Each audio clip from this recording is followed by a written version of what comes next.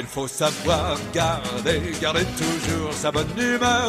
Garder sa bonne humeur, garder sa bonne humeur. Il faut savoir garder toujours sa bonne humeur. C'est ça le secret du bonheur. Alors, bonjour et bienvenue pour un autre épisode de Tous les profs en parlent avec Azra. Et Stéphanie.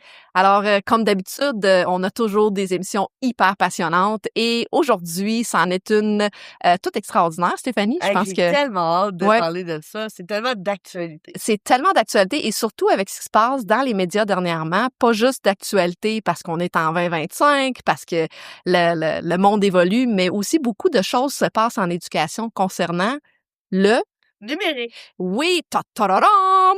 Alors, on va parler de technologie, on va parler de numérique. Stéphanie et moi qui sommes passionnés de la technologie. Bien sûr, on est toujours des pédagogues d'abord et on essaie vraiment de trouver de la manière comment intégrer pédagogie numérique, la technopédagogie pour aller motiver justement nos apprenants.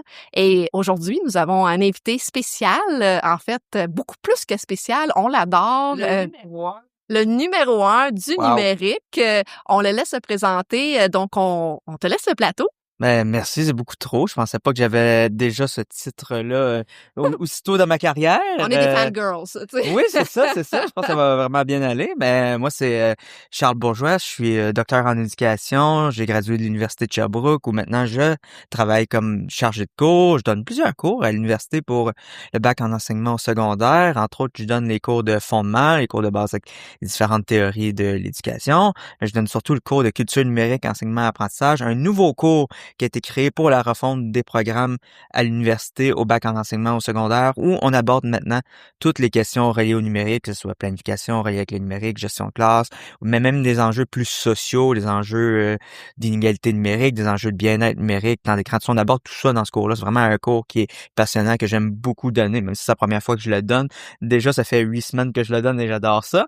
Et je donne essentiellement le même cours aussi à la maîtrise qualifiante. Donc, pour les enseignants qui sont non diplômés, des enseignants qui sont ouais. déjà sur le terrain. Les mais non qui ont- légalement qualifiés. non légalement parler. qualifiés, Oui. qui doivent aller chercher leur brevet, ben je leur donne essentiellement le même cours, mais qui s'appelle compétences numériques, enseignement et apprentissage. Donc, mais je le donne en Donc, ligne. un vrai connaisseur, spécialiste, expert en technopédagogie et la réalité du numérique. Exactement. Puis si je peux ajouter aussi, je suis vice-président d'un organisme qui s'appelle le CIEL, le Centre pour l'intelligence émotionnelle en ligne, que Oh! c'est une initiative qui a été créée par une de mes bonnes amies qui s'appelle Emmanuelle Parent. Et qu'est-ce qu'on fait avec le CIEL? C'est qu'on va donner des ateliers dans les écoles sur tous les enjeux qui concernent le numérique en éducation, temps d'écran, tout ça. On va chercher la voix des jeunes, en fait. Ce qu'on fait, c'est on essaie, par ces ateliers-là, d'aller, oui, on vulgarise la science auprès des jeunes, mais aussi, on leur donne une voix, on essaie de leur demander qu'est-ce qu'ils pensent, d'essayer de leur faire prendre conscience de leurs différents usages du numérique. Donc, c'est vraiment un dialogue qu'on essaie de créer. Puis moi, je suis vice-président de cet organisme-là. J'aide des fois aussi à créer les ateliers. J'en ai déjà donné. Maintenant, avec mon horaire de chargé de cours, j'ai moins le temps d'en donner, mais c'est vraiment une initiative qui me tenait à cœur. Donc, Te je tient à cœur. tenais à la mentionner dans Ben, Puis, ouais. la cyber indépendance, moi, je sais que dans ma vie quotidienne avec mes élèves, j'ai des élèves que ils trouvent ça très difficile, là, tu sais, ils savent Oui. qu'ils sont dedans pis tout. Donc, plus on en parle, plus on est capable de mettre de l'avant certaines solutions, certaines aides. Je pense que c'est de plus en plus d'actualité puis essentiel dans nos écoles. Justement, il a ouvert la porte parce que on le sait que dernièrement au Québec, il y a eu une commission en Oui. fait qui s'est penchée sur le temps d'écran. On commence déjà en force. Auquel le ciel a participé d'ailleurs. Ah, justement, c'est bien. C'était ma question parce que tu avais ouvert la porte concernant le temps d'écran, comment qu'on perçoit ça. Et ben, tu pourrais peut-être nous en parler pour ouvrir justement les questions qui vont s'en venir parce qu'elles sont toutes fascinantes, une à la suite de l'autre. Mais quel regard portes-tu sur les recommandations qui seront à venir concernant le temps d'écran des jeunes, comme la dépendance et les heures que les jeunes peuvent passer parce que c'est une réalité? Oui, ben c'est clairement une réalité, mais justement, ce sont des recommandations à venir. Donc, la commission n'est pas encore totalement terminée. Il y a encore des gens qui doivent se faire entendre. Moi, j'ai suivi ça quand même d'assez proche. Ouais. C'est quoi ton opinion, toi, là-dessus? Ben, j'ai pas une opinion toute noire ou toute blanche par rapport est-ce que je pense que le temps d'écran est un problème? Oui. Mais est-ce que je pense que c'est un problème aussi simple qu'on nous le présente des fois dans les médias? Non. Dans le sens que c'est multifactoriel, que c'est pas tous les jeunes qui le vivent de la même façon et que j'ai envie de dire aussi qu'on culpabilise beaucoup les jeunes alors que des fois les adultes, je pense, on pourrait se regarder le Tout nombril à par rapport fait. au temps d'écran. Et j'ai bien dit on parce que je m'inclus là-dedans. J'ai Oui, beau tout à connaître la fait. science, j'ai beau enseigner là-dedans, je me fais prendre moi-même par les mécanismes des réseaux sociaux, je me fais prendre moi-même, je suis happé par mon téléphone, je passe des fois trop de temps là-dessus, mon temps de divertissement est des fois aussi trop élevé. Donc, c'est une question qui nous concerne, qui concerne toute la population. Puis oui, ça devient un problème. Et oui, c'est un problème d'éducation qu'il faut adresser. Mais moi, ce que je pense, c'est que justement, c'est un problème collectif.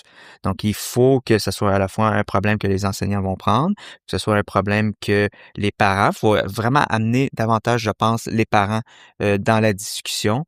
Et aussi, il faut que les gouvernements se responsabilisent. On peut pas juste mettre la responsabilité. Et ça, c'est des choses que j'ai entendues pendant la commission, que je suis content d'avoir entendu.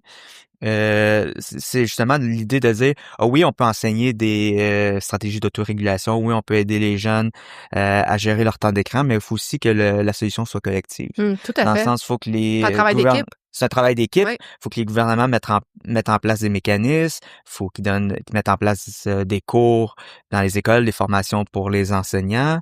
Et il faut aussi qu'ils mettent de la pression sur les grandes compagnies, les GAFA pour qu'ils régulent. Je sais que c'est un gros contrat, là, mais qu'ils régulent davantage leur plateforme parce qu'il y a une grosse partie qui relève de ça, qui relève de plateformes faites dans le cadre d'une économie de l'attention. Donc, Oui, l'idée, tout c'est de à nous fait. garder là.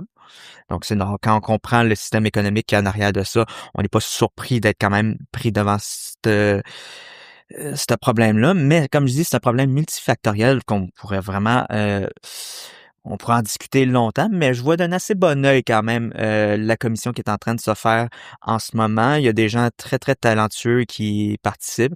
Mais entre autres, j'ai parlé de mes collègues du ciel qui y sont. Mais il y a aussi des personnes de l'organisme Pause ton écran, qui est un organisme qui aussi lutte contre justement toutes ces questions-là de cyberdépendance, des personnes qui connaissent très bien la question, qui étaient présentes. Récemment, j'ai entendu les personnes plus... j'ai entendu des pédiatres, ça nous permet d'entendre des spécialistes de Tout à fait. différents horizons se prononcer sur la question, puis nous montrer justement différentes façons de Ouais. saisir le problème. Effectivement, parce que Est-ce qu'ils sont capables de peut-être que non, mais est-ce qu'il y a une différence en, mettons, le temps devant l'écran passif qu'on écoute ou actif qu'on fait quelque chose? Mettons, je travaille avec, mettons, le document que j'écris en traitement de texte, et ainsi de suite. Est-ce que il y a une différence d'impact sur le temps d'écran si c'est passif ou actif?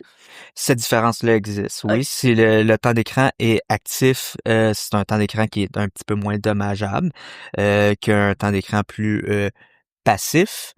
Mais je dirais par rapport à ça, il y a aussi d'autres variables à prendre en considération. Il y a beaucoup de contexte aussi. Donc, à quel moment tu utilises l'écran? Il y a le contenu que tu consommes. Est-ce que c'est un contenu de tout à divertissement? fait. Est-ce que c'est un Oui. contenu éducatif? Tout ça. Donc, toutes ces choses-là à prendre en considération, actif, passif, contenu, contexte, tout ça. Mais malgré tout ça, il y a quand même à un moment donné des moments où on dit peut-être faut un peu réduire notre temps d'écran parce que il y a quand même des problèmes physiques, tu sais, qui peuvent être développés, entre autres des problèmes de vision, entre autres, ou juste de rester trop longtemps devant un écran. Moi, je prends l'exemple de la pandémie, des cours en ligne qui des fois étaient très, très longs et très, très passifs, Oui, tout justement. à fait. Mais ça créait des problèmes physiques. Moi, il y a des personnes qui me l'ont dit dans le cadre de ma thèse qu'ils ont juste quitté des rencontres sur Teams parce que physiquement, ils n'étaient plus capables de suivre ce cours-là. Donc, oui, ces enjeux-là de contexte, d'actifs, tout ça, entrent en ligne de compte, mais à un moment donné, ça devient trop Oui, aussi. comme toute chose, mais puis justement, ça nous amène, on pourrait en parler pendant des heures, là, justement, cette commission-là. Puis, comme tu dis, c'est très relatif également par rapport à des différents enjeux concernant, c'est un petit peu aussi individuel, le numérique, parce que l'utilisation du numérique varie d'une personne à l'autre Bien sûr. également. Et il y a toute son éducation, en fait, sa culture première, sa culture deuxième, l'environnement qui va avoir un impact sur son utilisation parce Oui. que on se retrouve dans une ère où est-ce que tout le monde a des outils technologiques, mais c'est pas tout le monde qui a nécessairement eu le même apprentissage Non. ou une culture de comment utiliser adéquatement. Parce que je sais qu'il y a eu la commission de l'intelligence artificielle à Paris il y a quelques jours et il était bien content d'annoncer, en fait, en France, qu'à partir de la rentrée scolaire de septembre, ils vont commencer à enseigner l'intelligence artificielle à partir du secondaire. Donc ça, c'est quand même quelque chose de nouveau que nous, on connaît pas encore ici. Éventuellement, j'imagine que ça va peut-être venir. Ben, en partie, ça va venir et c'est même en partie déjà dans les programmes. Oh, on aime ça! Parce que dans le nouveau cours de culture et citoyenneté Oui. numérique, Ah. il y a des éléments sur l'intelligence artificielle qui sont maintenant dans le programme, entre autres, ou la sécurité des données aussi, toutes choses. La Donc, question éthique aussi en la question- arrière. Oui, ouais. en fait, c'est ça le plus Donc, important, le oui, développement le de... côté philosophique en arrière de l'intelligence artificielle. Là. Exact, à exact. fait. Donc, toutes ces choses-là commencent à être intégrées dans ce nouveau cours-là. Donc, probablement dans quelques années, on va voir davantage les résultats justement de cette intégration-là, de l'intégration de la question éthique en lien avec l'intelligence artificielle, le numérique, dans ce nouveau cours-là.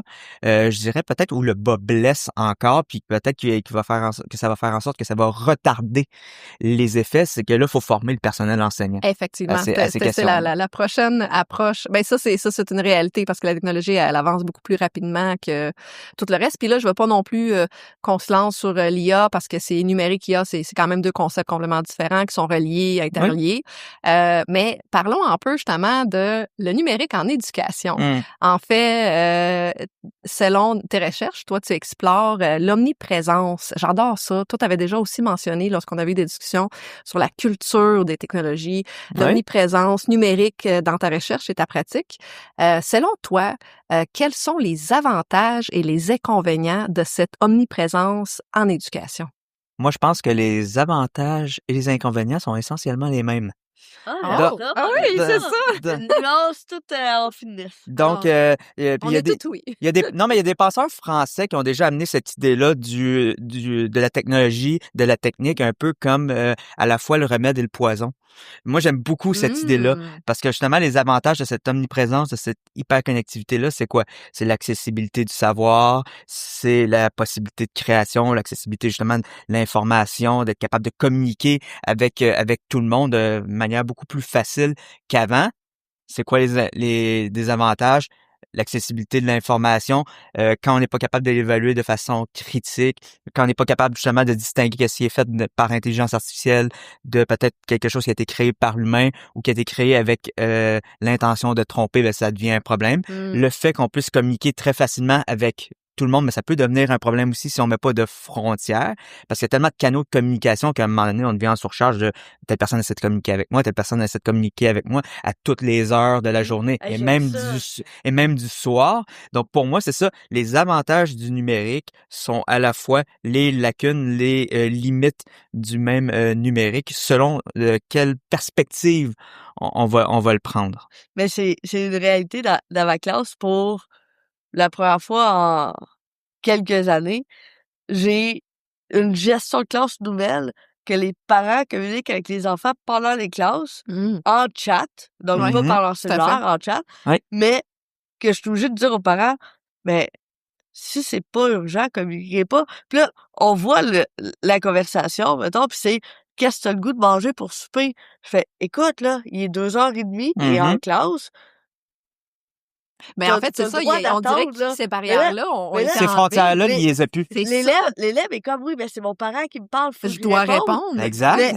Fait que là, lui, il est en dilemme, il est focusé là-dessus, impossible d'apprendre un nouvel apprentissage parce que là, c'est quand même une réalité de l'omniprésence que faut parler de toute la société, de dire, OK, ben il y a des temps pour être disponible en technologie, puis des temps que non. Exactement. Il faut établir presque des contrats de communication, des contrats justement sur ces différents temps de en ce moment, je suis accessible. En ce moment, pour toi, je ne serai pas accessible parce que je suis en train de faire autre chose. Par exemple, justement, là, je suis en train d'apprendre. Donc là, c'est vraiment, mais faut juste être conscient de ça puis mettre au clair nos intentions. Puis ça, on le voit beaucoup aussi dans les différentes entreprises. Et parce que n'importe quelle entreprise maintenant, même juste l'université où je travaille, on a intégré le numérique dans nos communications et on peut communiquer avec nos collègues par courriel, par Teams, par n'importe quoi. Ça, mais si on met pas nos limites, ben on va toujours recevoir plein de courriels par plein de canaux de communication différents. Ça devient assez stressant Oui, sur... j'allais justement dire, sur- c'est anxiogène aussi. Vraiment. Puis nous, on est des adultes qu'on Oui. est capable de nuancer. Imaginez les apprenants, adolescents, enfants, parce qu'au primaire aussi, tu sais. Ah oui, tout à fait. Ça commence Ça jeune, là, C'est l'accès à très la... difficile Tout à de fait. gérer l'information que même les adultes présentement ont de la difficulté Bien à sûr. gérer. Oui. Là, Puis- je reviens à ce que je disais tout à l'heure. C'est pour ça que pour moi, la culpabilité, je trouve jamais que c'est une bonne approche avec les jeunes, avec les élèves, parce que justement, c'est des défis auxquels nous, comme adultes, sommes confrontés. Et puis là, je veux pas non plus qu'on on se sente coupable, mais des fois, on n'est pas capable nous-mêmes de donner le bon exemple Non, tout à fait. à nos C'est jeunes. une réalité. On peut pas après ça reprocher aux jeunes de pas être capables nécessairement d'avoir cette autorégulation-là si on leur a pas montré comment faire, si on n'a pas été des modèles pour eux. C'est un peu quand même éducation 101, là, Non, d'être un effectivement, modèle. puis C'est les- le nombre d'enseignants qui ont leur cellulaire en classe. Donc, c'est quand même incroyable à quel point on peut être comme dépendant de le fait qu'on a plusieurs canaux que les gens puissent nous rejoindre. Et ça reste quand même que souvent, la direction également va contacter Oui. à travers ces canaux-là. Et souvent, ils nous le disent, ben, gardez vos téléphones cellulaires proches parce qu'on veut vous faire un message, C'est on a vrai, une ça. urgence. C'est vrai. En Donc- effet, c'est moi, je suis dans l'équipe que mon cellulaire il est dans mon bureau quand Mm. je suis en classe, donc je suis pas rejoignable. Et j'ai eu l'information à un moment donné qui disait t'es pas rejoignable. Je suis comme ouais, j'enseigne présentement. Exact. Fait que Je j'ai suis dans cette même équipe-là, moi, ça, dit en passant. mon cellulaire est dans mon bureau. Sinon, ma concentration est pas 100% avec mes élèves. Il y a même des études qui appuient cette démarche-là. Entre autres, une étude que j'aime beaucoup citer avec les élèves parce que ça leur illustre bien la question. C'est une étude qui a été faite en 2017, par des C'est auteurs qui récent. s'appellent, C'est récent. par Ward et ses collègues. Puis le test qu'ils avaient fait, c'est par rapport à la capacité d'attention puis la disponibilité, c'est quand le téléphone est à côté de toi. Puis là, on parle d'un téléphone fermé ici. Là, on parle pas d'un Oui, téléphone tout à où on fait. reçoit des notifications. Ce téléphone-là, même si c'est à côté de toi, tu vas penser au courriel auquel tu n'as pas répondu, au fait que peut-être mon patron, justement, a communiqué avec moi, tout ça. Donc, tu n'es pas totalement disponible à ce qui se passe autour de toi. Si le téléphone est dans ta poche ou dans ton sac, c'est déjà moins pire. Tu es capable de davantage te concentrer, mais tu sais encore que le téléphone est là. Si c'est dans une autre pièce, comme dans l'exemple qui nous concerne ici, ben ça, c'est vraiment la meilleure situation. Donc, ça, s'il y a des gens qui m'écoutent en ce moment et qui veulent le justifier à leur patron de garder leur téléphone dans une autre pièce quand, par exemple, ils enseignent ou peu importe, mais sachez que c'est appuyé par la science. Oui, Oh, c'est j'aime bon, ça. ça. Ah, ben moi, si je suis dépendante, je m'assume à 100%. Puis, j'ai eu un cas d'urgence dans ma classe directement avec un étudiant qui a perdu connaissance. C'est pour ça que l'option 2 de cette étude-là, pour moi, est le bon juste milieu de l'avoir, mais mettons, dans ton sac. Tout à Qui fait. n'est pas à ta vue. Tout à fait. Je pense que c'est un bon compromis, justement, si on a ce problème-là d'avoir une urgence avec un élève, mais là, OK, on l'a, puis on peut agir, Tout à mais on le voit pas. Non. Moi, c'est un bon compromis. C'est excellent. Donc là, pour revenir un peu, parce que, tu sais, on pourrait en parler de nous, on pourrait en parler des... en fait, on est tous touchés par C'est ça? le numérique, la technologie et cette dépendance jusqu'à un certain degré. Elle manque aussi de connaissances, peut-être sur des différentes recherches. On connaît pas nécessairement... on n'est pas toujours informé de manière qu'on devrait l'être sur les différents aspects dont là, la commission, on est tous impatients de savoir la suite des choses. Mais cette omniprésence, elle a quand même un impact direct. Et il y a aussi... qu'on parle souvent des réseaux sociaux. Oui. Tu sais, c'est quelque chose qui est un sujet chaud de l'heure, mais aussi, comme tu l'as dit, c'est un remède et poison en même temps. Mais malheureusement, ça a quand même un impact assez grand sur nos jeunes qui sont en période de croissance, en période de développement de soi. Toi, tu as quand même étudié l'impact des réseaux sociaux sur le développement des jeunes. Quels sont les principaux défis posés par ces plateformes en matière d'éducation, en fait, en lien directement avec nous? Ben, si je suis honnête sur le plan scientifique, j'ai pas étudié l'impact directement des réseaux sociaux sur les jeunes. Donc, il faudrait pas qu'on me prenne en défaut là-dessus. Non, mais c'est à ce que ça soit dit. Moi, j'ai plus davantage étudié le rapport que les jeunes créent avec les différents réseaux sociaux. Comment, finalement, l'usage de ces réseaux sociaux-là vient influencer un peu leurs habitudes. C'est plus ça que moi, j'ai étudié par rapport à la question. Tout autant intéressant. Donc. Exact. Ben, moi, je pense que oui, parce que je pense que ça crée créer des habitudes, entre autres des habitudes attentionnelles par rapport à l'attention, justement, peut-être avoir plus tendance à aller vers des contenus de courte durée, l'instantanéité, des choses comme ça, qui est assez différent de la forme scolaire par rapport à ce qu'on s'attend d'eux sur le plan de l'attention. Alors, ce que ça fait, des fois, particulièrement pour les élèves peut-être les plus défavorisés, parce que ce qu'on voit, c'est en termes d'usage plus de divertissement, mais ces usages-là sont plus forts chez les élèves défavorisés. Ça a l'air contre-intuitif comme ça, mais les usages plus, je dirais, éducatifs sont plus présents chez les élèves qui viennent de familles peut-être un petit peu plus aisées. Mais ça crée justement une dissonance entre l'école qui demande une forme d'apprentissage plus axée sur la lecture, plus axée sur l'attention focalisée, soutenue, tout ça. Et en passant, je suis pas en train de dire que c'est une mauvaise chose que l'école demande ça. Même je dirais que c'est une bonne chose pour l'apprentissage.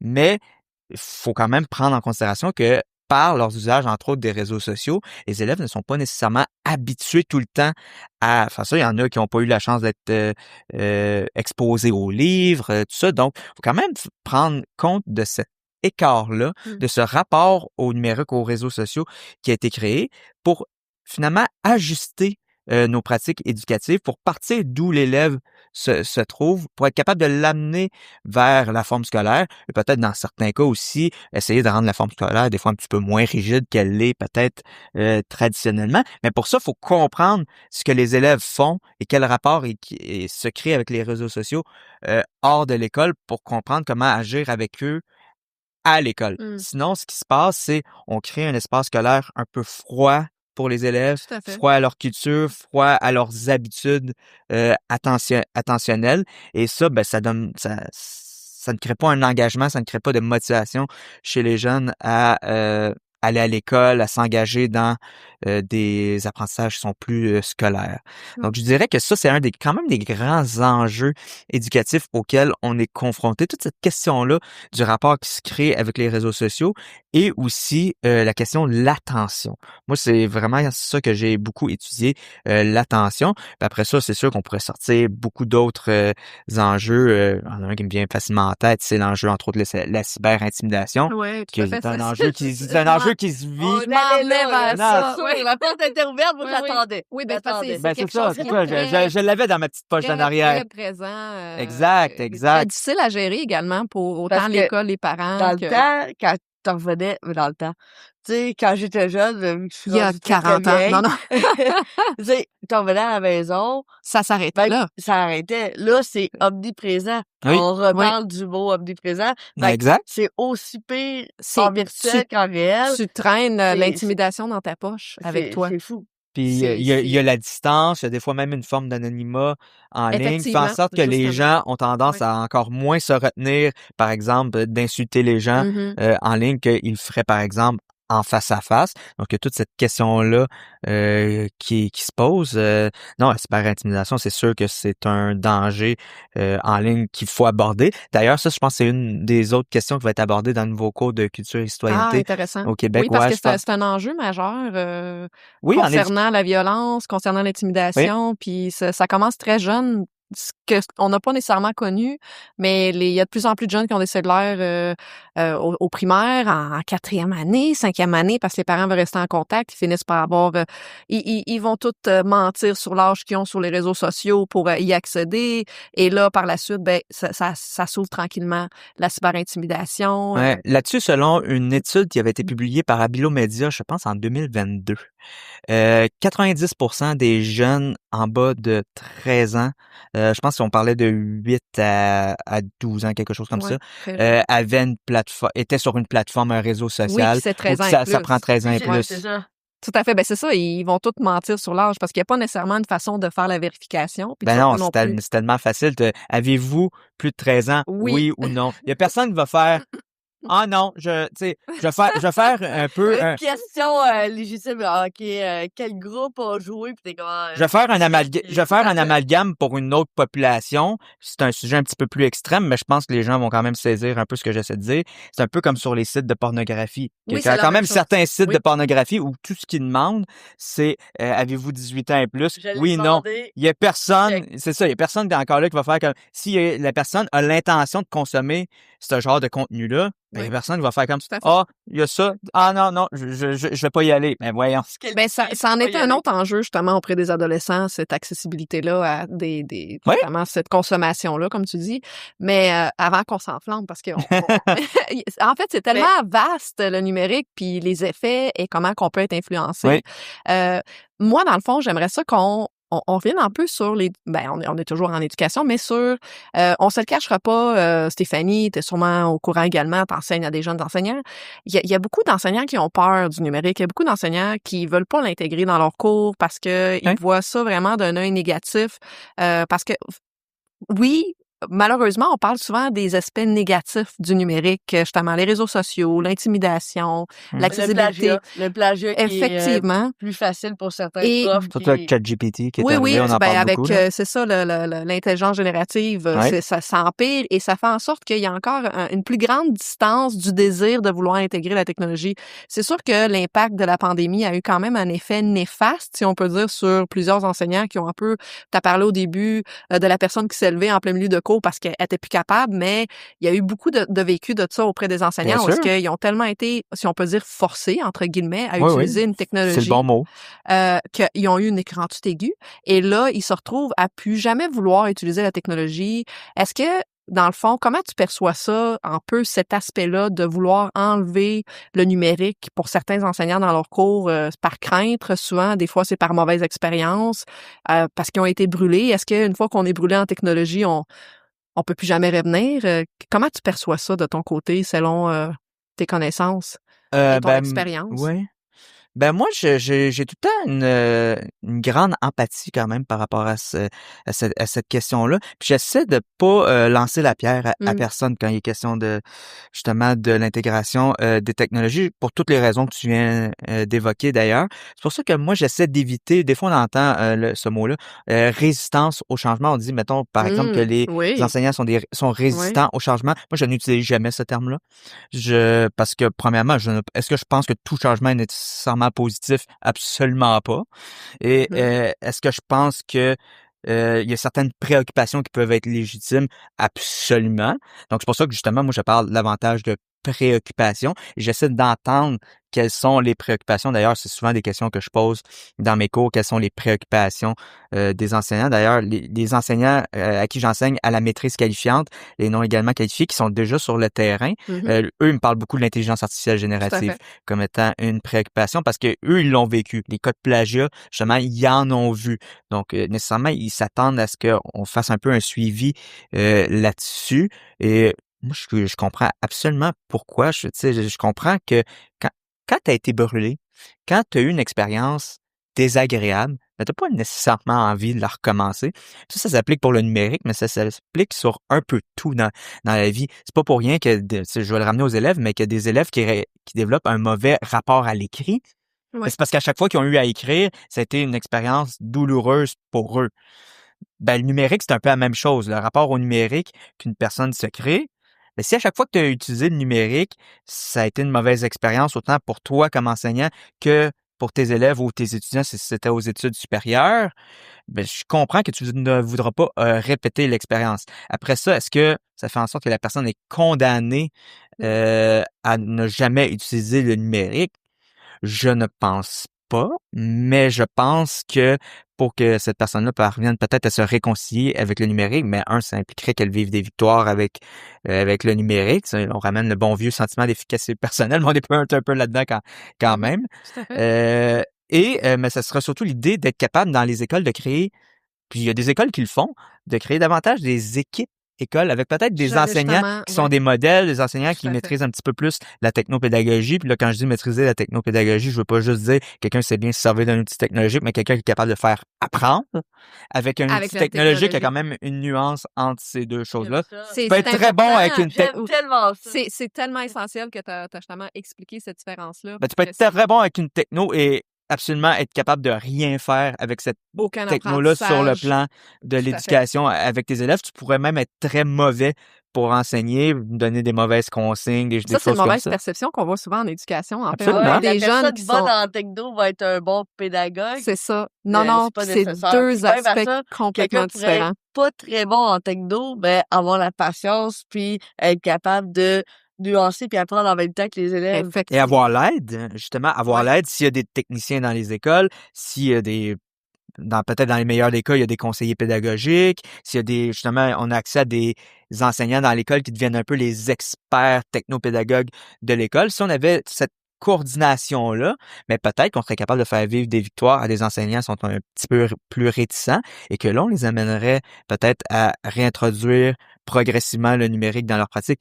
Puis ça, je mets vraiment l'accent sur l'idée de le réintroduire progressivement parce que je trouve qu'avec le numérique, on a tendance à penser tout le temps de façon très, très dichotomique. Dans le sens, soit je ne l'intègre pas du tout et je suis Oui, totalement contre à l'idée de tellement, l'intégrer, tellement. soit je dois l'intégrer tout le temps. Oui, oui, C'est pas obligé d'être ni l'un ni l'autre, oui, là. puis on a C'est ça. l'impression Vivre de... des petites victoires, des fois, Tout là, à fait. ça peut aider l'estime personnelle en tant Oui.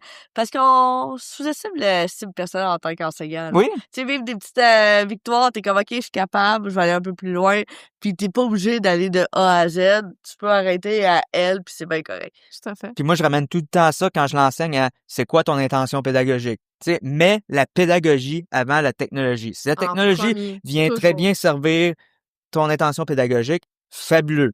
Si tu sens pas que la technologie peut amener grand-chose à ta pédagogie, puis même à la limite, c'est un boulet, puis que tu te C'est sens pas ça. compétent à faire telle ou telle activité, mais tu as le droit de dire comme hey, pour cette activité-là, je vais pas mobiliser de technologie ou je vais le faire de façon très, très minimale ou que la technologie va être davantage un support Tout à fait.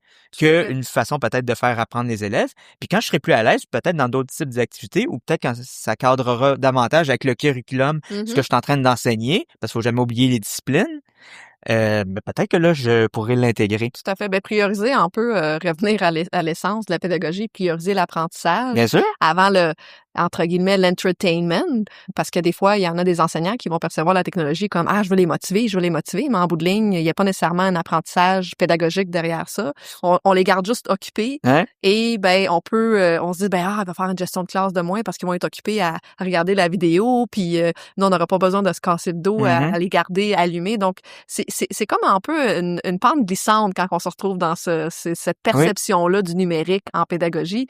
Puis, j'adore le fait que tu as mentionné que c'est pas nécessairement parce que tu as été brûlé en numérique ou en technologie éducative que c'est la fin. Je pense que c'est quand même essentiel de soutenir ces enseignants-là, comme tu l'as mentionné, quand ils sont prêts. Et peut-être éventuellement offrir aussi des différentes formations, mais en lien avec un collègue qui peut les soutenir, à faire des équipes, à identifier des personnes ressources.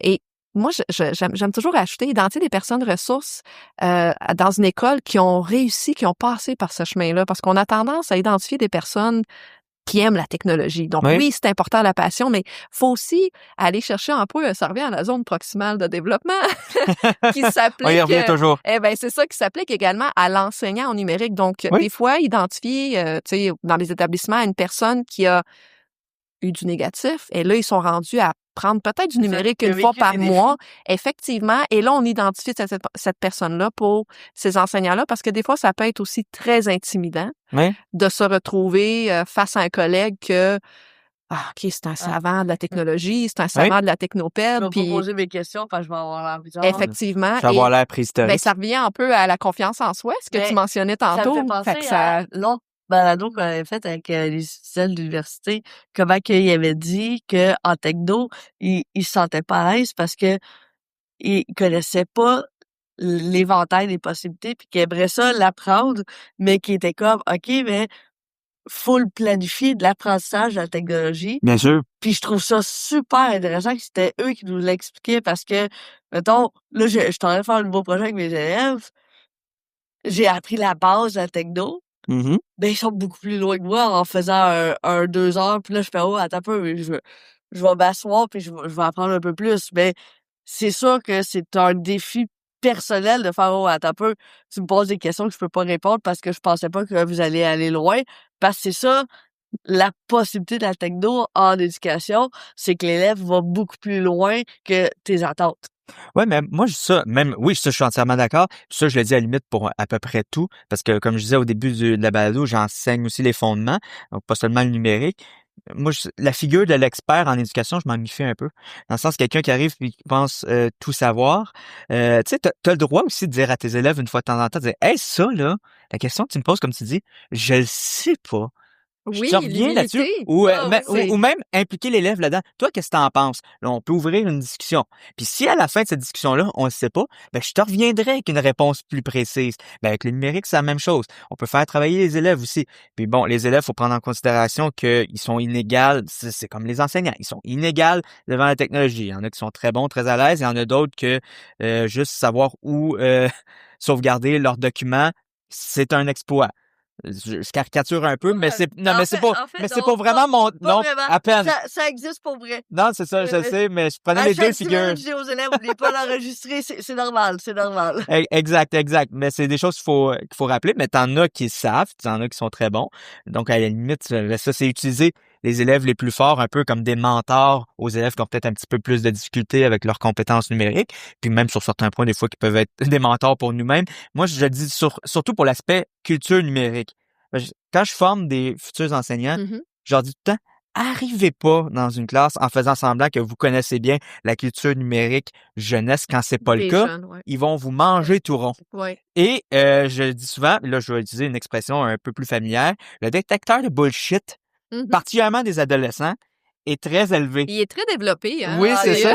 Puis, moi, j'ajouterais aussi, au niveau de la technologie, qu'est-ce que moi j'ai appris de mon expérience, c'est faut être flexible. Oui. Mettons, j'ai fait un travail, puis il y a un élève qui me dit, tu sais, c'était répondre à des contraintes, tout allait bien, puis il me dit, d'ailleurs, contrainte, Stéphanie, un peu intense. Là, Mhm. je fais, ben, tu sais, moi, je l'ai fait, puis là, je fais, t'as raison. Tu sais, ça se peut qu'on enlève cette contrainte-là parce que j'avais sous-estimé la difficulté de la contrainte au numérique versus la réalité. En étant un peu plus flexible, ça va, aider l'engagement des élèves parce que en techno, l'engagement des élèves, c'est la clé. Bien sûr. Fait que si tu perds Ah l'engagement, non, tu perds effectivement. complètement Tout toute à ta fait. classe. Et Tout à là, fait. on va reparler de la gestion de classe, ainsi de suite, que là, ça va être difficile. Donc, si on est un peu plus flexible en disant, ah, ça se peut que cette partie-là, je pensais que elle était plus simple, mais que la réalité fait en sorte qu'elle est plus complexe. Faut s'ajuster. Tu sais, on planifie comme on peut, mais moi, par expérience avec le numérique, faut tout le temps revenir sur notre planification à tout bout de champ, parce que c'est soit plus long, justement, ça nécessite plus de flexibilité, ou de repenser des fois certaines consignes que, OK, je pensais que c'était clair comme démarche, mais finalement, Puis peut-être année après ajuster. année, Oui. ça dépend de la cohorte puis tout. Donc, versus, mettons, un autre enseignement, une autre activité qui est un peu plus rigide en flexibilité, que t'es comme, OK, je sais que ça va rentrer là-dedans. Mhm. En techno, je pense que le mot flexible va être la clé pour avoir un peu plus de réussite dans le cours. Ouais, je suis assez d'accord avec ça. Surtout flexibilité par rapport à la démarche, flexibilité par rapport à la façon aussi que les élèves seront mobilisés dans l'activité. Là, quand on parle de flexibilité, ça veut pas dire de les lâcher lousse puis de leur donner toute l'autonomie qu'ils veulent, mais c'est vraiment juste mettre l'accent sur la flexibilité parce que justement être trop rigide, mais ça ne permet pas, je pense, le déploiement de toutes les compétences numériques nécessaires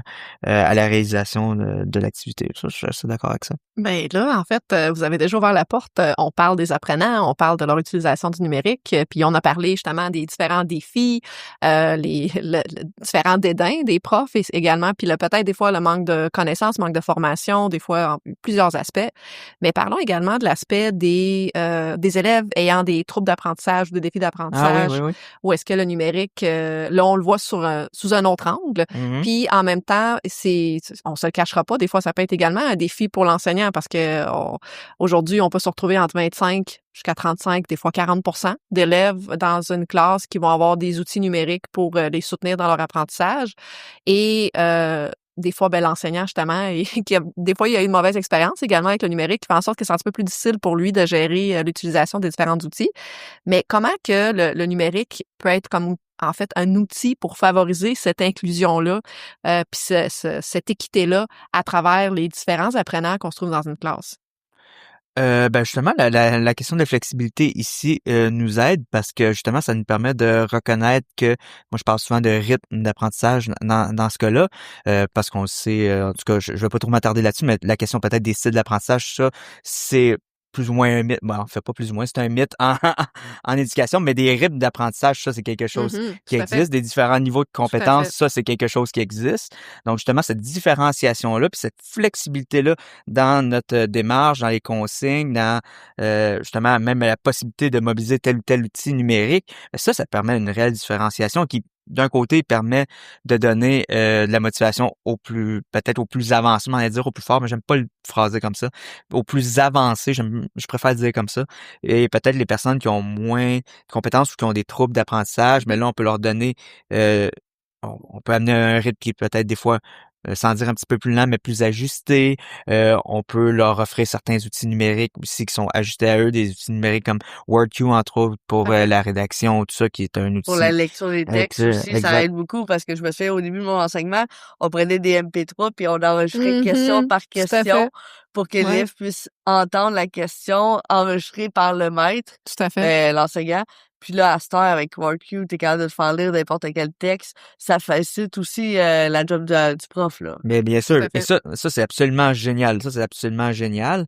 Après ça, si on parle du numérique comme inclusion et équité, Mhm. si on revient à l'idée que le numérique est à la fois le remède et le poison, on n'a pas le Ouais, choix de parler du fait tout à que, fait.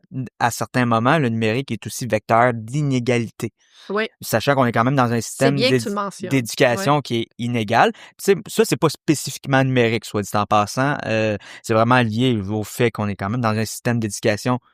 On pourrait argumenter à 3 vitesses. On pourrait même Mhm. argumenter qu'il y en a plus. Ah oui, certainement. Mais là-dessus, on pourrait Certainement. s'étendre quand même très, très longtemps. Mais bon, on va juste Certainement. partir de l'idée qu'on est dans ce système d'éducation quand même inégal entre Mhm. écoles privées, programmes particuliers, dont certains programmes particuliers axés sur les technologies, Effectivement. et les programmes les classes régulières, finalement. Donc ça, c'est déjà un vecteur d'inégalité. Les inégalités d'accès, c'est moins un enjeu que ça a déjà été, quoique en termes de connexion Internet, c'est la qualité d'accès maintenant Tout à fait. qui est l'inégalité, moins que l'accès en tant que tel à des technologies. Mais après ça, on a des inégalités de compétences ou même de capacité de Ah, puis réinvestir ça, on le voit là, sur le terrain. Là. Oh, ouais, On le clairement. voit Quand les élèves clairement. arrivent en classe, Tout à fait. l'écart se voit. Mais Oui. juste en termes d'opportunités, puis ça, je vais ramener à la pandémie. On l'a vu, il y a beaucoup d'écoles privées qui ont été mieux outillées à faire face à la pandémie. Mhm. Pourquoi? Parce qu'ils avaient déjà mis en place certaines initiatives de classe en ligne. Chaque élève avait un portable. Il y avait déjà un Exact. classroom, tu sais. Il y avait C'est des déjà classes fait. virtuelles Tout à versus fait. rien partir. Oui, parce qu'il y avait Tandis- des écoles que... C'est ça, puis tu avais des écoles publiques, eux, ils n'avaient Tout jamais à fait. rien Ben, il y avait fait des ça. élèves qui n'avaient jamais accédé à un courriel de leur vie Exact. pendant Il n'y la avait pas accès à un pandémie. ordinateur, il n'y avait Tout pas à accès fait. à rien.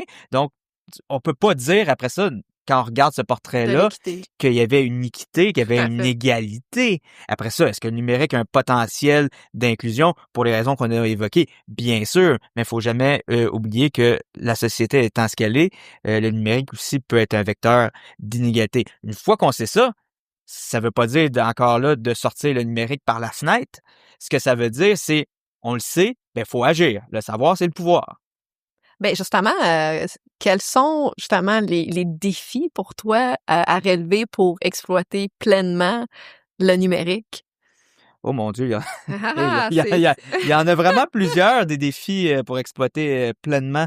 il y a Euh, celui-là de justement de manque de connaissances qu'on voit. Ben tranquillement, je trouve depuis la pandémie. Je suis pas en train de dire que c'est Non, qu'il y non, a de non. l'équité partout, mais on a quand même eu un ajustement pendant un bon 3 ans. Oh oui. Mais tranquillement, on voit, moi je suis au collégial, donc on voit qu'il y a vraiment un petit ajustement qui se fait. Il y a des connaissances qui commencent à être un petit peu moins éloignées entre les étudiants. Je suis assez Donc, d'accord, oui. On voit que tranquillement, cet rapprochement-là se fait, mais il y a quand même, on le voit, qu'il y a des connaissances concernant l'utilisation numérique sont pas équitables, parce qu'il y en a qui connaissent très bien de manière pédagogique comment Mhm. utiliser leur outil, et il y en a qui savent juste aller sur les réseaux sociaux puis regarder Exactement. YouTube. Ah, parce que c'est Parce que avoir un ordinateur veut pas dire que tu travailles Effectivement. correctement. ben, c'est Il y a ça, on beaucoup de revient à choses cette que question-là. c'est seulement écouter des vidéos. Tout puis, à fait. Ben ça, c'est probablement l'enjeu principal de pourquoi on a de la difficulté à réinvestir les usages des jeunes dans l'école. Mm. Mon mémoire de maîtrise portait là-dessus, en fait. Mon mémoire de maîtrise portait sur l'idée que, justement, il y a une omniprésence des technologies dans le quotidien des jeunes. Les jeunes, au contact de ces technologies-là, acquièrent certaines connaissances, développent certaines compétences de façon un petit peu plus informelle. Est-ce qu'il y a possibilité de réinvestir ces connaissances, ces compétences-là à l'école? Est-ce que la possibilité existe? Oui. Est-ce qu'elle se réalise? Malheureusement, souvent, non. Parce que, pour la simple et bonne raison, c'est que les élèves conceptualisent difficilement leurs usages. Autrement dit, Mhm. c'est qu'ils ont de la difficulté à comprendre ce qu'ils font hors de l'école et à saisir tous les corps qu'il y a entre les usages plus normés, plus prescriptifs de l'école et de justement de venir combler cet écart-là, eh bien, c'est difficile pour eux. Certains y parviennent plus que d'autres parce que déjà leurs usages quotidiens sont un petit peu plus proches de ce que demande l'école. Ils ont un support des parents, entre autres aussi, qui est essentiel dans la question. Mais justement, cette question-là fait en sorte que intégrer le numérique, ça devient difficile. Après ça, il y a les inégalités qu'on a abordées tout à l'heure d'accès.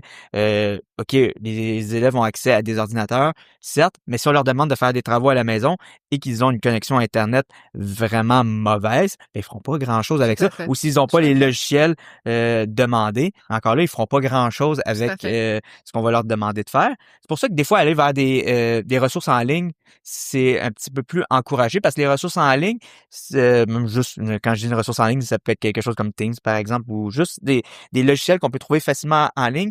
Pourquoi c'est plus encouragé? Parce que c'est le genre de ressources qui peuvent aller autant sur un téléphone que sur une tablette que sur un ordinateur. Tandis qu'il y a d'autres logiciels que c'est moins, je dirais, comment je pourrais dire ça? C'est moins accessible. C'est moins accessible sur les différents outils. Ouais, c'est Les ça. Chromebooks, c'était une Exact. grosse mode dans certaines écoles, mais il y a certaines écoles qui font comme je peux pas l'utiliser parce que j'ai besoin de downloader des logiciels, puis Chromebook, c'est juste des logiciels avec des nuages. Donc, Tout il à y a fait. rien Effectivement. de mis dans ton ordinateur. D'ailleurs, il y a beaucoup d'écoles en plus qui se débarrassent rapidement des outils technologiques parce que Mhm. puis souvent les outils sont Ouais. encore bons, On voit mais ça, c'est ouais. parce qu'il y a pas, mettons, il y a une mise à jour qui est plus faisable, puis là, ça devient sur le plan de la sécurité Mhm. des données, ça devient à un fait. problème. Mais là, on peut plus les utiliser alors qu'ils seraient encore très bons. Tout à fait. Sur le plan de l'investissement dans les écoles, je trouve que c'est un problème. Et même, je dirais, sur le plan environnemental aussi, c'est assez questionnable comme Quand même. pratique. Ouais, ça pourrait être un sujet Ça dépend, intéressant si tu le donnes à d'autres familles, ça peut être intéressant. Ouais. Mais c'est ça, il faudrait que ce soit fait. Après ça, il faudrait faire le suivi à savoir si c'est fait. J'avoue, je n'ai pas cette information-là, donc là-dessus, je dirais rien par peur de parler à travers mon chapeau. C'est ça. Mais que je n'ai pas, mais quand même. Mais c'est ça, les difficultés d'intégration du numérique à l'école c'est vraiment multifactoriel. Mhm. Il y en a qui viennent de l'élève, il y en a qui viennent de l'accessibilité aux outils numériques, il y en a qui viennent des enseignants. La formation des enseignants, on revient à ça, mais là, on commence à former davantage les enseignants au numérique, dans le sens de moi, j'en donne des cours de numérique, puis je sais qu'il y a d'autres universités qui ont des initiatives maintenant de créer ces cours-là. Ben, c'est assez récent. Moi, dans le baccalauréat en enseignement au secondaire, ben, il vient d'être lancé, là, le cours. Il est lancé cette année. À la maîtrise qualifiante, il y en avait quelques-uns auparavant. Mais là, on vient d'en lancer un, d'ailleurs, qui est vraiment pour tout le monde. Avant, c'était des cours un petit peu plus optionnels. Donc, je pense que là, c'est vraiment d'être capable de renforcer la formation des enseignants. Et aussi, par rapport au cadre de référence de la compétence numérique, qui au Québec est notre, je vois un peu le document qui oriente ce qu'on doit faire comme enseignant, quelles dimensions de la compétence numérique doivent être développées, qu'est-ce qui doit être acquis comme connaissance, ben de montrer comment ce cadre de référence-là peut être intégré dans les différentes disciplines, dans les différents cours. Là, on le voit un peu avec le cours de culture et citoyenneté québécoise, mais des fois, moi, ce que les enseignants me disent souvent, c'est dans mon cours de français, dans mon cours de maths, dans mon cours de sciences, je sais pas comment l'intégrer. Ces dimensions-là de la compétence numérique, je sais pas comment les intégrer. OK, il y a le continuum aussi, qui est comme un outil connexe au cadre de référence à la compétence numérique, mais ceux, ils savent pas non plus comment s'en servir. Il manque de progression des apprentissages. Puis, faut aussi considérer, je me rappelle aussi d'une autre conversation qu'on avait eue avec un balado auparavant, mais on a une culture initiale de technologie importante, dans le sens que il y a, tu sais, mettons, je me prends personnellement en exemple, Oui. si tu me donnes un logiciel, ben je sais que en haut à gauche, ça va être le fichier que je vais avoir, mon menu principal. Oui. Tu sais, à droite, donc les logiciels, en général, ils ont une plateforme assez similaire, donc je suis capable de me débrouiller. Oui. Mais c'est un apprentissage que, honnêtement, mes élèves, je leur montre pas explicitement de dire, ben, tous les logiciels, en général, c'est tout le temps la même affaire. Fait que t'es Ouais. capable de te débrouiller C'est ça. avec C'est une vrai. certaine connaissance, puis c'est ça la réalité, mettons, de certains enseignants que j'ai déjà rencontrés qui ont de la misère en techno, c'est que cette culture initiale, la techno, tu sais, genre, dis, mettons, OK, regarde, il y a une disquette, là. Puis ils font, c'est quoi? Ben, ça, c'est pour enregistrer. Je me pose pas de questions, je sais que c'est ça. Il y a un carré avec une flèche à l'extérieur, ben, ça, c'est pour partager à l'extérieur. Puis ils font, ah, OK, mais c'est des outils initiales qui sont, le ciel, peu importe lequel, il y a une culture commune. C'est C'est ça. quand même intéressant à savoir. Moi, dans le fond, c'est parce que là, tu avais parlé beaucoup de choses, puis je voulais juste en même faire comme une petite bémol, Oui, oui. parce que c'est une réalité sur le terrain, puis faut faire attention en tant qu'enseignant de pas tomber dans ce piège-là de prendre pour acquis les connaissances de la culture numérique des jeunes, parce que Très d'accord. C'est ça. il y en a plusieurs qui vont se retrouver, en fait, à être pénalisés parce que l'enseignant va prendre pour acquis qu'il y a des connaissances sur certains logiciels, certains outils. Et il faut faire attention comme pédagogue dès le départ que lorsqu'on donne des travaux, que ça soit à la maison, justement, tu avais parlé de la qualité de l'Internet, tu avais parlé de la qualité de l'outil, on a tendance à se fermer les yeux un peu là-dessus parce qu'on se dit, ah, c'est des jeunes, ils savent comment utiliser la technologie et là, on les invite à déposer leur travail sur telle plateforme que c'est peut-être eux la première fois qu'ils l'utilisent Bien et sûr. là, ils se font pénaliser parce que le travail est pas remis à temps. Je le vois à l'université, ça. Effectivement, donc c'est quelque chose qu'il faut faire attention en tant qu'enseignant de pas tomber dans cette zone-là où est-ce que on prend pour acquis que c'est des jeunes, ils comprennent comment utiliser l'outil, puis des fois même nous on peut leur indiquer un nouvel outil, puis on prend pour acquis que c'est intuitif, ils vont savoir comment, c'est des jeunes. Puis quand le travail est pas remis, ben on pénalise le jeune. Ouais. Ben on pénalise pas nécessairement son apprentissage, mais on pénalise son C'est ça. utilisation Évaluer technologique. le contenu au lieu du contenu. Effectivement, Exact. donc c'est quelque chose qu'il faut. Moi, je vais faire comme petite bémol à travers ça parce qu'on a tendance à. Je le vois sur le terrain. Ah, moi, ça, je suis absolument d'accord tout avec à ça. fait. Ben, je l'ai vu aussi sur le terrain et je le vois même à l'université. Puis ça, je veux dire, c'est la vieille théorie des natifs du numérique qui a encore la vie dure, selon moi. C'est justement cette idée de parce qu'ils sont jeunes, ils savent. Ben, ils savent pas nécessairement parce que justement, les usages scolaires, comme tu l'as si bien mentionné, sont des fois très loin de ce qu'ils font au quotidien. Puis c'est souvent la première fois qu'ils ont utilisé telle ou telle plateforme. Puis nous, c'est comme si on prenait comme acquis qu'ils vont le savoir. On n'enseigne pas explicitement les Non. plateformes non plus. Non, Tu sais, non, c'est vraiment c'est une ça qu'on réalité. devrait faire plus souvent. Effectivement, Ouais. j'oublierai jamais le jour où est-ce que j'étais en classe et il y avait une jeune élève qu'elle voulait savoir un synonyme. Et là, j'ai dit, laisse Word, t'as trouvé le synonyme. Et là, elle me regardait. C'est à ce moment-là, pour moi, que ça a été une réalisation que je prenais pour acquis. Et là, quand je lui ai montré qu'elle pouvait aller trouver un synonyme dans le document sans avoir besoin de mon aide, Ah, OK, ça l'a illuminé son Ouais, monde. oui. Puis là, on parle d'être en secondaire 5. Mhm. Donc, ça faisait 5 ans qu'elle utilisait son outil avec elle. Donc, c'est ça qu'on a tendance à un peu cacher sous le tapis en se disant, on n'enseigne pas nécessairement de manière explicite parce qu'on se dit, ah, ils sont jeunes, ils utilisent les ordi, ça fait 5 ans qu'ils l'utilisent. Puis même au collégial, des fois, je vais trouver des étudiants que, OK, utiliser Word de façon adéquate, c'est pas nécessairement donné, c'est des connaissances, en fait, qui n'ont pas été développées parce qu'ils font juste faire la surface. Parce que aussi, la technologie est mal utilisée. Quand j'ai montré la saisie vocale à certains élèves, parce qu'il y avait de la difficulté, puis ils voulaient écrire, puis ils voulaient avoir l'entrevue, puis je suis pas capable d'écrire. Puis là, je leur ai montré la saisie vocale, puis il fallait nuancer quelques mots.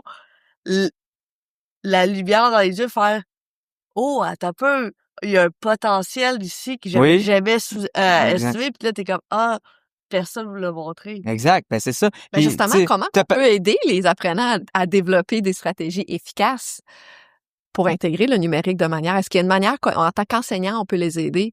ben, C'est oui, quoi tes conseils? Ouais, il y a quand même quelques trucs qu'on pourrait prendre, mais je vais juste revenir sur un point avant, parce que tu as dit justement par rapport à utiliser un ordinateur, ben justement des élèves qui utilisent pas tant que ça un ordinateur, ils utilisent beaucoup de numérique, mais c'est pas nécessairement un ordinateur. Dans leur usage de divertissement, ça va être surtout un téléphone ou Tout à fait. une tablette ou peu importe, mais des fois un ordinateur va en avoir un, mais ça va être un usage quand même très très minimal, Limité. très très de divertissement. Donc tu sais, moi, je peux comprendre qu'après ça, il y a une nécessité de leur montrer certaines choses. Mais après ça, ça sera pas des conseils super originaux, mais c'est par rapport à l'intégration. Des fois, mais on a parlé d'enseignement explicite, mais des fois de ramener une petite séance d'enseignement explicite Oui. surtout que si c'est un logiciel qu'ils n'ont vraiment, vraiment jamais vu et que là, peut-être on leur demande un projet qui est un petit peu plus ambitieux avec cet outil-là, ben de prendre un petit temps et de leur expliquer avec toutes les étapes de l'enseignement explicite comment fonctionne cet outil-là et de le faire avec eux avec une pratique un petit peu plus guidée. Ben, à la limite, ça va juste rafraîchir la mémoire des personnes plus avancées et ça va permettre aux personnes qui connaissent vraiment pas l'outil d'être à jour. Et après ça, on ira vers quelque chose d'un petit peu plus axé sur l'élève, d'un petit peu plus socio-constructiviste, d'un petit peu plus axé sur Un petit les mettre en tutoriel action. aussi pour Exact. rappeler. Moi, j'aime ça Quand aussi. il y a Oui. une référence, d'aller le Quelle chercher bonne tout le idée. temps, Ouais, je voulais aller là justement, Effectivement. d'utiliser des tutoriels, des vidéos, des choses comme ça. Tout à fait. Moi, c'est des choses que je montre même aux étudiants à faire, justement, cette idée-là des tutoriels, qui est finalement la vieille idée de l'enseignant qui est devant la classe, il montre à l'élève quoi faire. Tout à fait. Ça, c'est une idée qui est vieille comme le monde en enseignement. Mais le tutoriel, c'est la version numérique de C'est un peu cette le idée-là. cartable Mais avec des, tu sais, qu'on faisait, là, il y avait un cartable où est-ce qu'il fallait que tu ailles Exact. chercher. C'est la même chose. c'est la même chose. C'est la Donc, même... Mais ils de peuvent manière aller le technologique. voir 8 fois. Moi, j'ai des C'est élèves ça. que, dans l'apprentissage d'un certain logiciel, ils me disent, Steph, je l'ai écouté après 5 fois, j'ai compris ta Mhm. nuance. Mais ça, en enseignement explicite, je l'avais fait une fois, mais certains élèves étaient comme, ça y prend 5 fois. Puis ils vont l'écouter étape par étape, ils vont faire pause, ils vont faire l'action que j'ai faite, puis ils vont le faire étape par étape, puis après, ça va aller.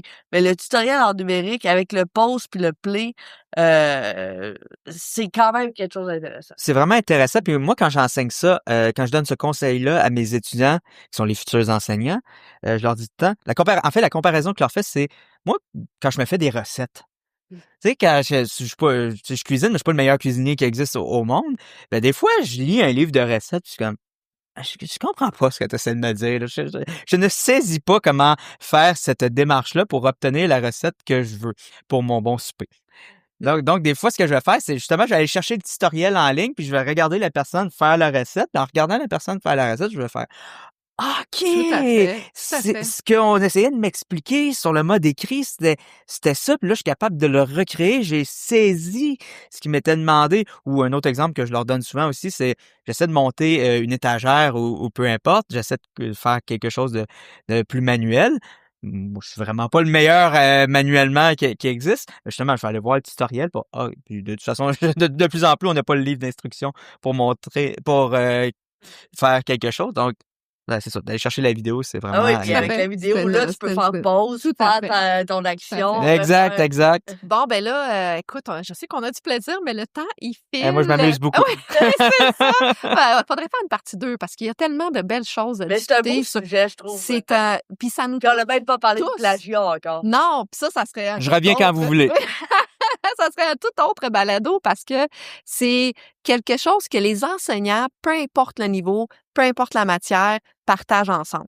Oui. Je trouve que le numérique, c'est comme un langage commun qu'on a ensemble, des défis, Mhm. les réussites. C'est quand même extraordinaire peu importe qu'on soit au primaire, secondaire, collégial, universitaire, peu importe la matière, on a ce point-là en commun où est-ce qu'on a les mêmes défis. Oui. Donc, Parce ça, qu'on c'est parlait intéressant. beaucoup des défis, mais moi, j'ouvre la porte sur...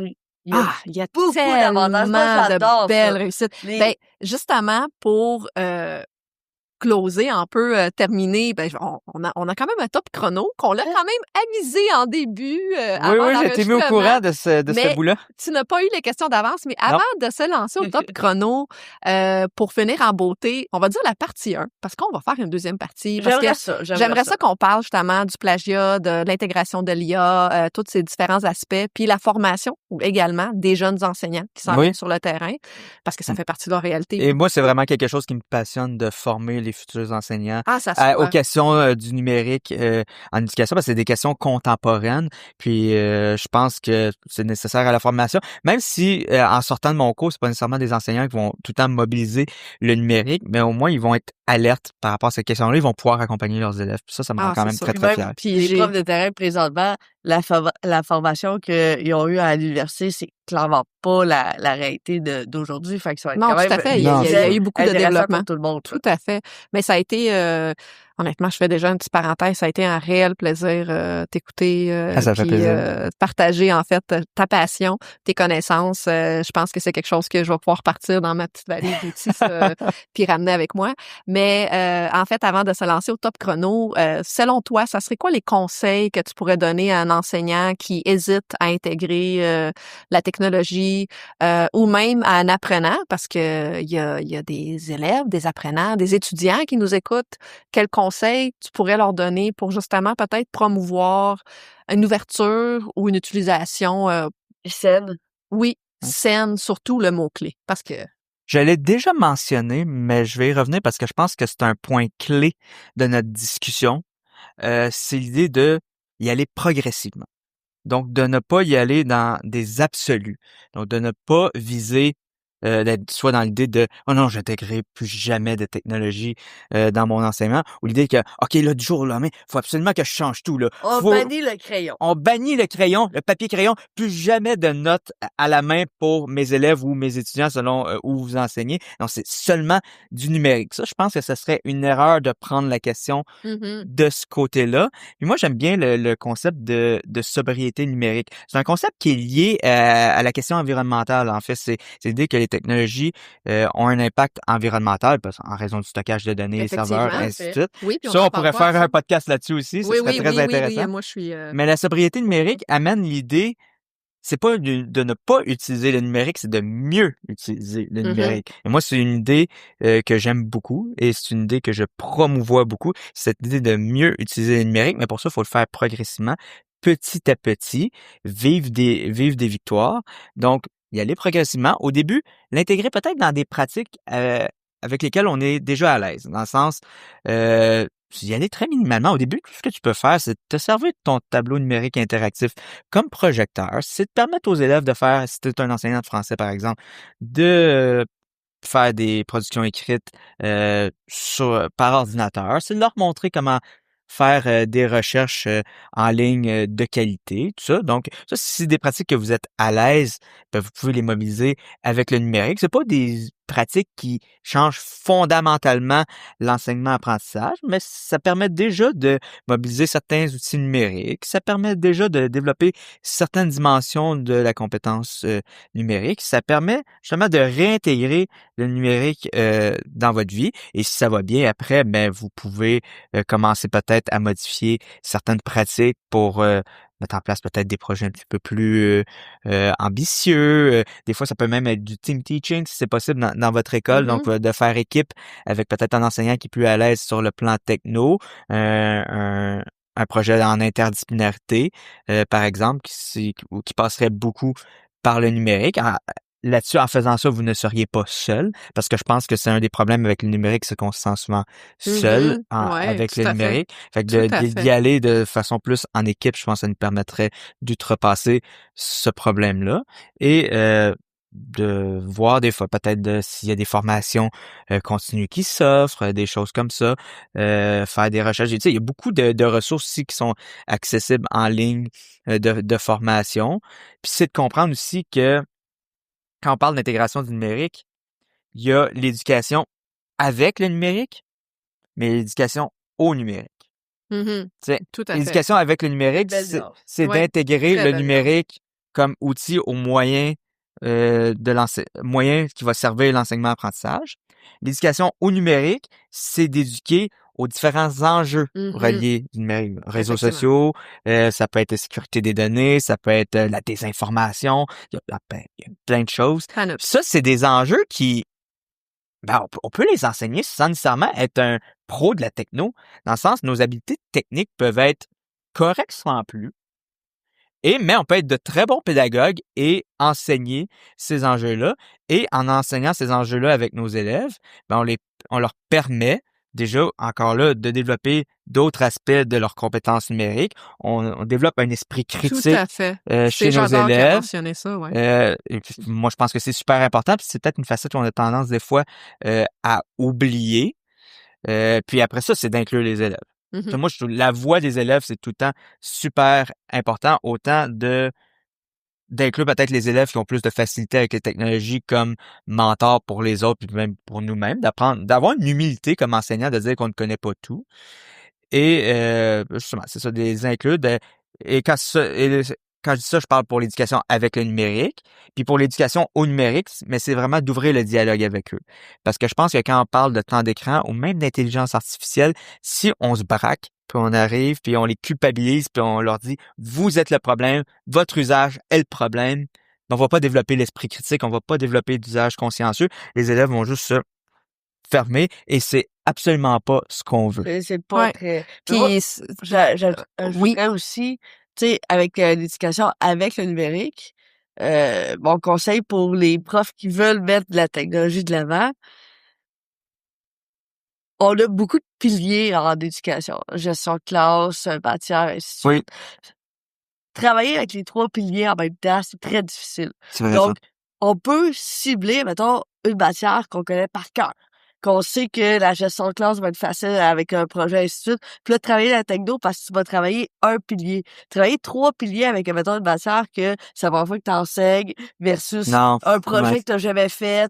Donc, si tu fais un projet que tu as déjà fait, que tu sais c'est quoi ta gestion de classe avec la matière que tu connais, la techno va être un peu plus facile à amener versus travailler 3 piliers à la fois.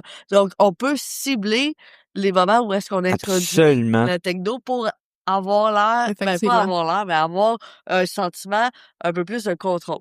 Oui, ça, Ouais, je bien suis... choisir, ça va faire les petites réussites qu'on avait parlé au début pour l'enseignant qui exactement. a été brûlé, que ça peut lui permettre justement de mettre en place la réussite dès le départ de son Fait que projet. c'était mon conseil. Oui, Mais c'est un super bon conseil, Oui, puis je tout dirais, à fait. c'est un peu dans le même sens par rapport aux évaluations. Si justement, ce qu'on fait faire aux élèves, on n'est pas à l'aise avec mobiliser le numérique, ben peut-être qu'on leur donnera pas des évaluations sommatives aux élèves. Tu sais, peut-être que ça sera juste quelque chose de formatif, puis à la limite, Effectivement. ça sera Ouais. formatif pour tout le monde. Ah, Puis on pourra revenir Tout à collectivement fait. sur qu'est-ce que cette intégration-là, qu'est-ce que cette démarche-là, ce projet-là Puis faire un nous retour. a amené et Tout à on fait. va le demander aux élèves et on va partager comme enseignants qu'est-ce que ça nous a amené à nous. Parce que les gars, Ouais. ça sert pas juste à avoir des notes. Ça sert Effectivement. Non, aussi à apprendre. exactement, Non, puis exactement. prendre un moment de recul. Oui. Cette évaluation-là formative Ce travail-là. de tous, en fait, là, incluant l'enseignant. Ça Mhm. fait justement, je pense que Stéphanie t'avait mentionné dans les débuts, quand tu avais Oui. commencé, tu prenais ce moment-là avec ça n'a pas marché, puis tu avais partagé avec tes élèves pourquoi. Mais moi, j'adore le fait qu'il avait mentionné également que le numérique, c'est pas nécessairement l'utilisation d'un outil physique Mhm. en classe. J'adore le fait que des fois, justement, pour les enseignants, pour les conseils, je pense qu'avoir une connaissance du numérique, c'est déjà un avantage vis-à-vis les élèves, est-ce qu'on peut les amener à apprendre par eux autres mêmes, Bien ou est-ce sûr. que on peut partager, on avait parlé au début de ce qui se passe aujourd'hui dans les médias, donc la sécurité des données, des choses que la majorité des élèves n'ont aucune idée sur Mhm. comment accéder, et tu n'as pas besoin d'être un savant en technologie, et tu n'as même pas besoin d'un ordinateur ou d'un téléphone pour être en mesure de parler ouvertement de la sécurité des données. Ben non. Juste activer les cookies que les élèves savent pas c'est quoi, puis Et ils acceptent tout c'est le temps. exactement Exact, ça. exact. Donc ça peut être une façon rassurante pour un enseignant qui peut s'informer sur le sujet, apprendre. Puis c'est peut-être déjà quelque chose qu'ils connaissent. Ils savent peut-être pas comment ça fonctionne, mettons, la cybersécurité, Mhm. mais ils peuvent bien informer leurs élèves là-dessus. Et en même temps, ça permet un peu d'enlever je veux pas répéter le mot, mais le bullshitting, des fois, qu'un Ouais. enseignant peut paraître, puis ça peut démontrer aux élèves que, OK, mon enseignant s'y connaît en matière de numérique, en matière de tel aspect. Fait que ça aussi, ça peut être une belle façon de gagner l'assurance et la confiance en soi en démontrant que je connais ce que c'est le numérique sans Ben oui, nécessairement avoir un outil exact. physique en présence Pour de moi, un moi. bon exemple de ça, c'est la question de la désinformation. Oui. Parce que la désinformation, c'est pas un sujet qui est strictement numérique à la base. La désinformation, il y en a partout, que ce soit dans le numérique, que ce soit en général. Donc, Sauf dans notre balado. sauf dans notre balado. Il n'y a pas de Dans notre balado, désinformation. il y a Il n'y a pas de jamais. désinformation ici. Mais là, il n'y a pas encore le top chrono, là. Ouais, ça, c'est ça. Non, c'est sûr. Mais je vais essayer de répondre le plus Oui, c'est honnêtement bon, possible. ça. Mais c'est ça. Mais la désinformation, c'est une question qui dépasse le numérique, mais qu'on peut contextualiser dans le numérique, qu'on s'entend prendre beaucoup de place dans le numérique avec justement les deepfakes et toutes ces choses-là, Mhm. l'intelligence artificielle. Mais justement, partir de cette question-là, c'est partir d'une question qui n'est pas à la base strictement numérique. Donc, peut-être pour un enseignant, ça peut le rendre plus à l'aise de faire ça. Puis après, l'enseignant va s'informer de comment ça se manifeste en ligne, ou à la limite va demander aux élèves de faire une recherche de comment, par rapport à telle ou telle thématique, ça se manifeste en ligne, et on va travailler à partir de ça ensemble. Je pense qu'on est rendu au top chrono. Oh, On est rendu... J'ai hâte. Écoute, on a beaucoup de plaisir. On pourrait en parler pendant des heures. Je pense qu'une partie 2, ça serait super intéressant. Tu acceptes déjà d'avance notre invitation. Oui, moi, j'accepte déjà. Surtout s'il y a des chats. Ah, ben ça, c'est certain. Ça, c'est notre invité en tout temps. Exactement. C'est notre mascotte du balado. Alors, top chrono, Charles, écoute, t'as fait... on a oublié de le mentionner, en fait. Tantôt, t'as fait un petit clin d'œil pour les enseignants en français. Oui. Mais tu l'as pas mentionné au début, en fait. T'avais parlé beaucoup de ta thèse, tes études. Oui. Mais c'est quand même important de le mentionner que t'as fait tes premiers débuts en tant que... T'as fait du terrain. Oui, t'as fait... Oui, ça fait un moment déjà, là, mais j'ai fait du terrain. Je suis un enseignant de français à la base, et... Mais je dirais que les derniers terrains que j'ai réellement fait, c'est ce que j'ai abordé au début du podcast, c'était les ateliers avec le ciel, qui m'a permis quand j'ai décidé d'aller plus en recherche et en enseignement universitaire, je suis retourné sur le terrain pour faire ces ateliers-là, parler aux élèves de numérique. Fait que ça m'a permis quand même de garder un petit contact sur le terrain pendant que je faisais plus de la recherche. Et je pense que ça m'a aidé pendant que je faisais ma recherche. C'est quand même important de le mentionner pour nos auditeurs auditrices, parce que... Puis je reste toujours un peu un enseignant de français. Je m'intéresse beaucoup. C'est pour ça que je pense que j'en ai même fait quelques mentions de la lecture. Moi, je m'intéresse beaucoup tout à fait. Ben, à la lecture. Je trouvais que tu faisais pas mal de clins. J'ai pas entendu beaucoup de choses sur l'anglais, mais c'est correct. On va de mathématiques. On va lui pardonner. J'enseigne aux futurs enseignants de mathématiques, autant pas d'anglais. Malheureusement, ils sont pas dans mes groupes. Ils sont bien spéciaux. Là. Oui, ils sont spéciaux, mais je serais capable de leur enseigner. S'ils veulent de moi, Bills, je vous envoie ma candidature. Oui, dites oui. Alors, top chrono, première question, on regarde ça court et simple parce qu'on veut te connaître un peu. Oui. Est-ce que tu pourrais nous parler de ta plus grande réussite? Oh, ma plus grande réussite. Est-ce que ça doit être seulement sur le plan professionnel? Surtout. Comme tu veux. Nous, on veut te connaître. Donc, OK, ma plus grande... je vais en dire sur le plan... Je vais en dire une sur le plan personnel puis une sur le plan professionnel. Oh. Sur le plan professionnel, je dirais, c'est assez récent, j'ai obtenu mon doctorat. Ça a été plusieurs années quand même de dur labeur, des hauts et des bas, qui m'ont fait beaucoup apprendre sur moi-même. Parce que je pense que le plus grand apprentissage qu'on peut faire dans le cadre d'un doctorat, c'est pas comment faire une thèse, c'est pas toutes les connaissances qu'on mobilise dans la thèse, quoique c'est super important. Je suis pas en train de dire que c'est rien, mais c'est surtout comment on est comme personne, comment on fait face à l'adversité. Et moi, je l'ai beaucoup vécu dans le cadre de mon doctorat. Félicitations en passant. Oui, merci. C'est une belle réussite. Mais là, attends, on attend la personnelle. Peut-être il y en a une qui vaut plus personnel, mon côté personnel, quand même, je suis pas celui qui en dévoile le plus, mais moi, je fais beaucoup de sport. Et j'ai couru plusieurs marathons dans ma vie. J'ai fait des 42 km. J'aime beaucoup. Okay. Et je me suis inscrit à un Ironman triathlon pour le mois de juillet. Donc, 3,8 de nage, 180 de vélo et 42 de course, et je vais l'avoir réalisé au mois de juillet. Donc, ma plus grande c'est 40 km. On fait un balado après. C'est ça, on fait le numéro 2 après pour avoir la suite de comment ça a été. Exactement. Moi, je vais revenir. Je vais vous parler de mon Ironman à ce moment-là. L'analogie de Ironman versus l'enseignement. Oui, c'est ça, c'est excellent. L'enseignement ou le parcours doctoral, parce que je dirais que le parcours doctoral, c'est quand même un marathon. C'est un marathon, c'est ça j'allais dire. J'ai dit, c'est drôle, tu dis personnel, professionnel, mais je trouve qu'ils sont pas mal reliés. Mais moi, je ne sépare jamais les deux. Félicitations pour cette belle réussite professionnelle. Merci. Pour la personnelle, on va attendre. Ouais, il l'a pas encore. Sinon, j'ai beaucoup d'autres. Sinon, j'ai beaucoup d'autres réussites personnelles, mais qui sont plus de l'ordre de je vis une bonne vie. Puis, tout à fait. D'ailleurs, ça serait quoi ton plus grand apprentissage? Oh, intéressant. Mon plus grand apprentissage. Être capable de dire non. Ça, c'est quand même un apprentissage. C'est un apprentissage d'une vie. C'est un apprentissage d'une vie, je pense. Oui, parce que moi, quand j'ai commencé en recherche, j'ai toujours été quelqu'un quand même de très carriériste dans ma vie. Je disais oui à tout. Et ce que j'ai appris, c'est de plus stratégique dans ce que j'acceptais. J'ai dit oui au balado. J'ai dit oui au balado. Donc, quand même. On commence à se poser des questions. Non, mais prenez-le comme un compliment. Alors, je dirais que ça, apprendre à dire non, mais je vais quand même en donner un deuxième. Ça, c'est mon directeur de recherche qui m'a appris ça, puis j'essaie de l'appliquer. Parce que c'est un apprentissage, mais je pense pas que je l'ai encore réalisé. C'est de ne pas confondre l'être et le paraître. Parce qu'on est beaucoup dans la performance. Autant à l'école, je trouve qu'on est dans une école malheureusement trop de performance. Et c'est la même chose pour l'université d'ailleurs. Et pour le doctorat, moi, je suis souvent tombé là-dedans.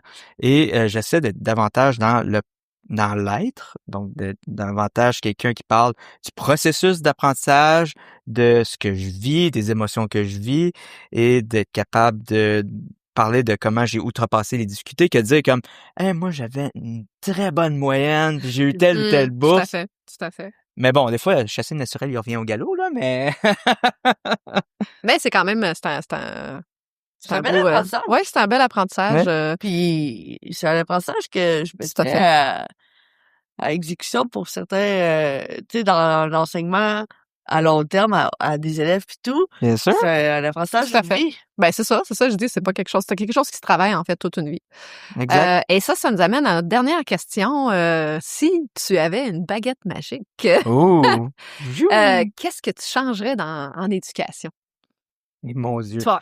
Mon Dieu. On a dit une chose. Une Ouais, c'est ça. chose, oui, parce que là, Parce que je me donnerais le pouvoir de changer tout, c'est ça le problème. Je jouerais un peu sur les règles. ben mettons, en Charles, priorité. ministre de l'Éducation. Oui, c'est ça, exactement. En priorité, ça serait quoi? Moi, je pense que j'essaierais de rendre le système plus équitable. On a parlé du système des inégalités à 3 vitesses, puis on a parlé des inégalités numériques. Moi, c'est une grande préoccupation du fait que ce ne sont pas tous les élèves qui ont les mêmes chances dans la vie et que c'est pas lié aux efforts, ce n'est pas lié au talent ou à quoi que ce soit, mais que c'est lié aux conditions socio-économiques. Moi, c'est quelque chose qui m'attriste beaucoup. Donc, si j'avais une baguette magique, ce serait pas de faire nécessairement disparaître tous les programmes particuliers, toutes les options, parce que je comprends comment que ça peut être source de motivation, par exemple, Tout de à faire fait. du sport, de faire des arts, tout ça. Mais c'est de justement permettre cette accessibilité-là à tout le monde, qu'il n'y ait pas de barrière. Ouais. Mot-clé, pour... accessibilité. Exact. Effectivement. Ben, hey, c'est beau ça, j'aime ça. Ben, Charles, ça a été Docteur Charles. Je suis pas encore habitué. Quoi que je demande à mes étudiants des fois de m'appeler comme ça. Ah, c'est bon ça, c'est ça. On avait pas dit le paraître puis le être, hein? Ouais. Ben, c'est ça, je disais que je l'apprenais, mais que je l'avais pas encore Ouais, l'application, hein. appliqué. Ben, ça a été un réel plaisir de te recevoir. C'était un plaisir pour moi. Puis on a bien hâte. En fait, c'est déjà conclu. Oui, effectivement. Certainement. C'est enregistré, il a dit oui d'avance. Oui, c'est ça. Je peux plus revenir à l'arrière. Là. Tout à fait, mais ça a été très, très instructif. Ça a été également une belle discussion sur l'ouverture de démontrer que le numérique, ça a toujours 2 facettes. Puis c'est vraiment un peu le regard qu'on peut y porter, comment s'y connaître. Donc, ça a été vraiment un plaisir. J'ai déjà hâte aux 2 où est-ce qu'on va parler de l'IA, de encore d'autres aspects. Ben, au plaisir de te recevoir, Stéphanie, comme toujours, un réel plaisir. C'était un pur moment de bonheur. Tout à fait. Pour moi puis, aussi. Merci à nos auditeurs auditrices qui nous suivent depuis les débuts. Puis on est bien heureux de vous avoir avec nous. Et pour tous vos besoins en évaluation, visitez zelexo.com. Alors, merci. À la prochaine. Merci à tous. Bye bye. Au revoir. Faut savoir garder toujours sa bonne humeur. C'est ça le secret du bonheur.